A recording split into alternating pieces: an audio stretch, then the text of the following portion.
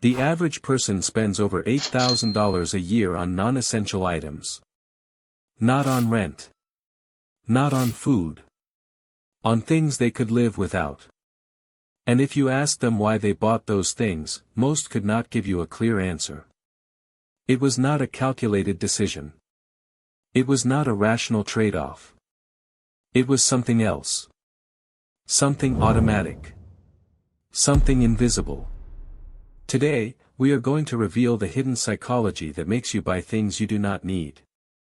And by the time this video ends, you will have a mental toolkit that saves you thousands, without ever feeling deprived. Most personal finance advice starts with a budget. Track your spending. Categorize your expenses. Stick to your limits. And that advice is not wrong. But it is incomplete. Because budgeting treats spending like a math problem. And spending is not a math problem. It is a psychology problem. You do not overspend because you are bad at arithmetic. You overspend because your brain has been wired by millions of years of evolution, decades of marketing, and a technology ecosystem designed to extract money from you as efficiently as possible. A spreadsheet cannot win against that. You need to understand the wiring. There are 4 psychological mechanisms that drive most unnecessary spending. You have felt every single one of them. You just did not have names for them. The first is the dopamine loop. The anticipation of buying something feels better than owning it, and your brain chases that high. The second is the Diderot Effect. One purchase creates a cascade of others. A new couch demands a new rug, which demands new curtains. The third is identity spending. You buy things to signal who you want to be, even if that person does not exist yet. The fourth is emotional void filling. You spend because you are bored, stressed, lonely, or celebrating, and a purchase feels like the fastest way to change your emotional state. Let us pull back the curtain on each one. And let us give you a pair of scissors. Trigger 1. The dopamine loop. Here is what neuroscientists have discovered about shopping. Your brain releases the most dopamine not when you receive the thing you bought, but when you anticipate receiving it. The moment you click Add to Cart. The moment you see your order has shipped. That is the peak. The actual arrival of the package is anticlimactic by comparison. This is why the unboxing never feels as good as you expected. And it is why, within days, you are looking for the next thing to buy. You are not addicted to things. You are addicted to anticipation. And marketers have built a trillion-dollar infrastructure around exploiting this exact loop. Flash sales. Limited time offers. Countdown timers. Only 2 left in stock. Every single one of those tactics is designed to hijack your dopamine system. The single most effective counterweapon against the dopamine loop is the 72-hour rule. It is embarrassingly simple. For any non-essential purchase over a certain dollar amount, say, $50, you wait 72 hours before buying. That is it. Why does this work? Because the dopamine spike from anticipation lasts roughly 24 to 48 hours. By hour 72, the emotional urgency has evaporated. The rational brain is back in control. And in the vast majority of cases, you will find that you no longer want the thing you were so excited about 3 days ago. You were never buying a product. You were buying a feeling. And feelings do not last. If you want to systematize this, create a want-to-buy list on your phone. Every time you feel the urge to buy something non-essential, add it to the list with today's date. Then do not look at the list for 72 hours. When you come back, ask yourself honestly, do I still want this? You will be shocked at how many items you simply delete. Not because you fought temptation. Because you gave temptation time to die. This is not about deprivation. It is about awareness. You are not saying no to anything. You are saying not yet. And not yet is the quietest, most powerful phrase in personal finance. Trigger 2. The Diderot Effect. In 1765, the French philosopher Denis Diderot received a gift. A beautiful scarlet dressing gown. He loved it. It was elegant. It was refined. But then he looked around his study. His old desk looked shabby next to the gown. So he replaced the desk. Then the chair next to the desk looked wrong. So he replaced the chair. Then the rug. Then the bookshelves. Then the art on the walls. Within months, Diderot had spent more than he earned in a year, all triggered by a single gift. He wrote an essay about this experience called Regrets on Parting with My Old Dressing Gown.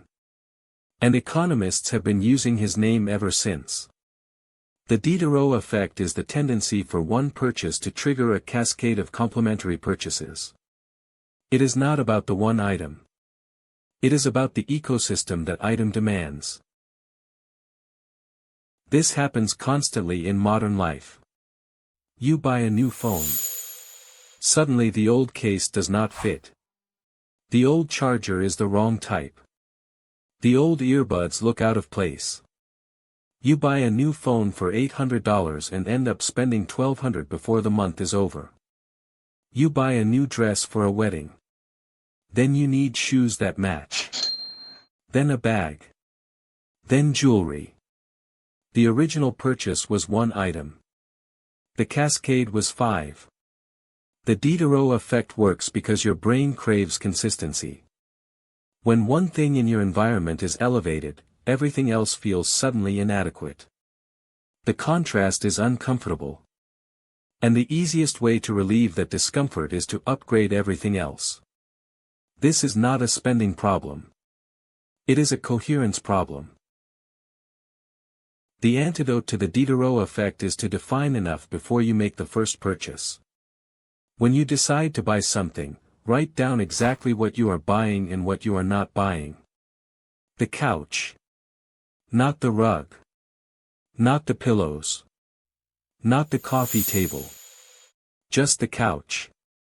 Define the boundary before the cascade has a chance to begin. Because once you buy the couch, your brain will start finding reasons why everything else needs to be upgraded too. That voice will feel rational. It is not. It is the Diderot effect. And now that you have a name for it, you can see it coming. Trigger 3. Identity spending. This is perhaps the most subtle and pervasive of all spending triggers. Identity spending. You do not buy things because you need them. You buy them because of who you want to be. The person who practices yoga every morning. The writer who journals at dawn.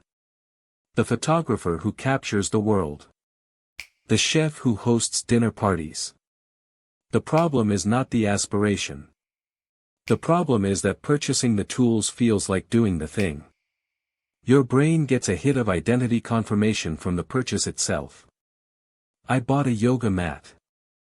Therefore, I am a person who does yoga. But the mat does not make you a yogi. The practice does. And the practice is free. The mat was just the most expensive way to avoid actually doing the work. There is a name for this. It is called the Aspiration Tax.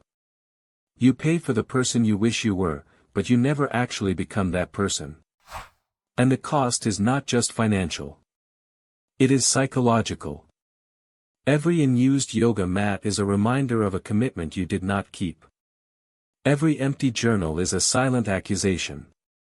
The clutter of abandoned identities weighs on you. And the solution is brutally simple. Before you buy anything that signals an identity, ask yourself, have I earned this purchase with consistent action? If you have not done yoga 10 times with a borrowed mat or a towel on the floor, you do not need a premium mat. If you have not written for 30 days in a cheap notebook, you do not need a fountain pen. Buy for who you are, not for who you wish you were. Here is the rule that eliminates identity spending. Before you buy the premium version of anything, use the free or cheap version consistently for 30 days. If you are still doing the thing after 30 days, you have earned the upgrade. If you are not, you just saved yourself hundreds of dollars and the guilt of an unused possession. This rule works because it reverses the psychological sequence. Instead of buying something to become a person, you become the person first and then buy the thing that supports that person. The purchase becomes a celebration of a habit already formed, not a substitute for forming it. Trigger 4. Emotional void filling. The fourth trigger is the broadest and perhaps the most powerful. You spend money not because you need something, but because you want to change how you feel. Boredom triggers browsing, which triggers buying. Stress triggers comfort spending, food, clothes, gadgets. Loneliness triggers purchases that simulate connection, things that feel like they will fill the gap. Even positive emotions trigger spending. You get a promotion and you celebrate by buying something expensive. You are not buying products. You are buying emotional states.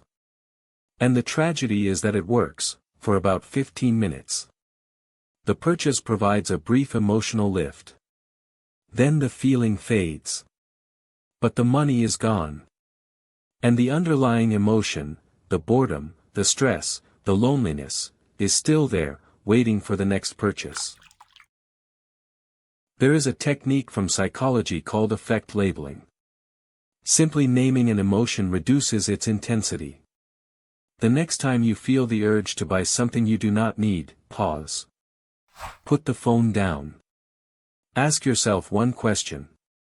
What am I feeling right now? Not what do I want to buy? But what am I feeling? Boredom. Stress. Loneliness. Sadness. Excitement. Name it. Then ask a second question. Will buying this thing actually address that emotion? If you are bored, will a new gadget cure boredom? Or will it just occupy you for an hour before the boredom returns? If you are stressed, will new clothes reduce your stress? Or will they just add financial pressure to whatever was already stressing you? Almost always, the honest answer is no. The purchase is a distraction, not a solution. For each emotion that triggers your spending, create a free replacement action. Not something that requires massive discipline. Something small and accessible. For boredom. Do something with your hands for 10 minutes. Fold laundry. Doodle. Play an instrument. Anything that occupies your body and mind without a screen. For stress. Walk outside for 10 minutes. Call a friend. Take 5 deep breaths. Your nervous system will respond to these things faster than it responds to a package delivery. For loneliness. Text someone you genuinely care about. Not social media browsing. A direct message to a real person. Connection is the antidote to loneliness, and it does not cost anything. For celebration. Share the good news with someone who will be genuinely happy for you. Their reaction will give you more dopamine than any purchase ever could. The replacement menu exists. You just need to build it once and use it repeatedly.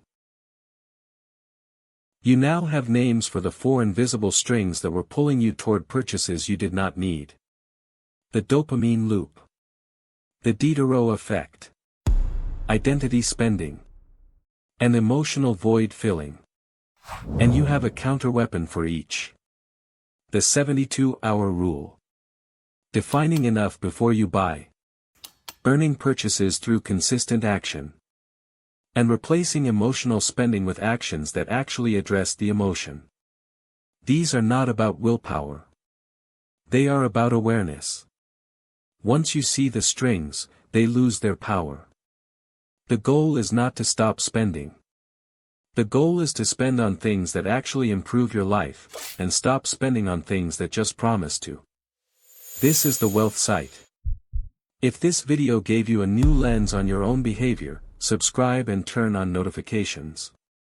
We release new insights regularly. Thank you for watching.